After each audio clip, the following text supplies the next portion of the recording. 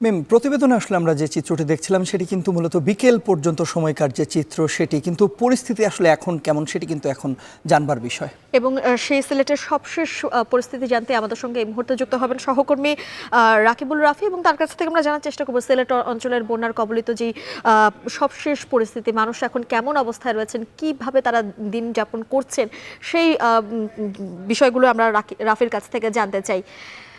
রাফি, নিশ্চয়ই আপনি আমাকে শুনতে পাচ্ছেন। আপনার কাছে একটু জানতে চাই, নগরীতে নতুন নতুন কোন কোন এলাকাগুলো পানিতে ডুবে গিয়েছে সেই খবরগুলো একটু দিবেন। পাশাপাশি বিদ্যুৎ উপকেন্দ্র বন্যা কবলিত হওয়ায় বিদ্যুৎ পরিস্থিতির কি অবস্থা, কখন বিদ্যুৎ পেতে পারেন বা বিদ্যুৎ আসতে পারে নগরীতে, একটু জানাবেন আমাদেরকে।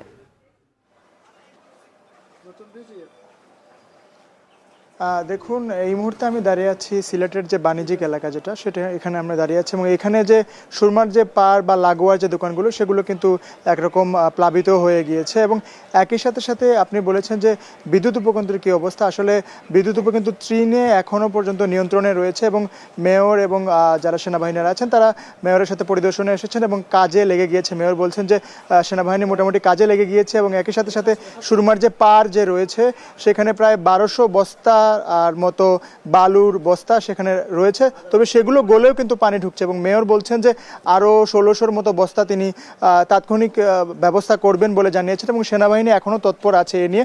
তবে বিদ্যুৎ বিভ্রাটের মতো কোনো রকম অবস্থা এখনও সিলেটে দেখা যায়নি। এবং সিলেটে যে নতুন করে যে প্লাবিত যে এলাকাগুলো রয়েছে সেখানে তালতলা রয়েছে, মাছুদিঘির পাড় রয়েছে, একই সাথে সাথে কিন্তু অন্যান্য যে এলাকাগুলো রয়েছে সেগুলোও কিন্তু একরকম প্লাবিত হয়েছে। এবং একই সাথে সাথে আমি যদি সিলেটের সাথে যদি অন্য জেলার বিষয়ে জানাই তাহলে বলা যায় যে সুনামগঞ্জের যে বিষয়টি আপনারা দেখেছেন যে প্রায় 50টিরও বেশি বাড়িঘর তলে গেছে যে কিছু এলাকা সড়কের সাথে, এবং সুরমা নদীর পানি বিপদসীমার 67 সেন্টিমিটার উপর দিয়ে প্রবাহিত হচ্ছে। এবং একই সাথে সাথে জেলার সকল সীমান্তবর্তী এলাকার নদীগুলোর পানি বিপদসীমার উপর দিয়ে প্রবাহিত হচ্ছে।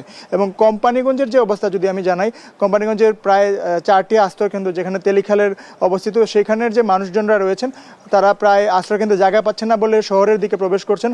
এবং একটি আশ্রয়কেন্দ্র যেটি রয়েছে সেখানে মোটামুটি বলা চলে যে তিল ধারণের ঠাঁই পাওয়া যাচ্ছে না, এবং মানুষ আশ্রয়কেন্দ্রের দিকে পৌঁছচ্ছে। এবং গোয়াইনঘাটের যে অবস্থা, প্রায় গোয়াইনঘাটের উপজেলার সাথে যে যোগাযোগ রক্ষাকারী 4টি সড়ক প্লাবিত হয়ে যান চলাচল বন্ধ হয়ে পড়েছে। এবং এছাড়া বসত বাড়িতে পানি ঢুকায় আশ্রয়কেন্দ্র যেতে শুরু করেছেন প্রায় পানিবন্দী লোকজন। এবং উপজেলার 13টি ইউনিয়নে 19,750টি পরিবার পানিবন্দী জীবনযাপন করছেন। এবং বন্যায় ক্ষতিগ্রস্ত 98,400 লোক এ পর্যন্ত ক্ষতিগ্রস্ত হয়েছেন। এবং ইতিমধ্যে 5টি আশ্রয়কেন্দ্র চালু করা হয়েছে, এবং এতে আশ্রয় নিয়েছেন প্রায় 296 জন, এবং পাশাপাশি তাদের 86টি গবাদি পশু আশ্রয়কেন্দ্রে আনা হয়েছে।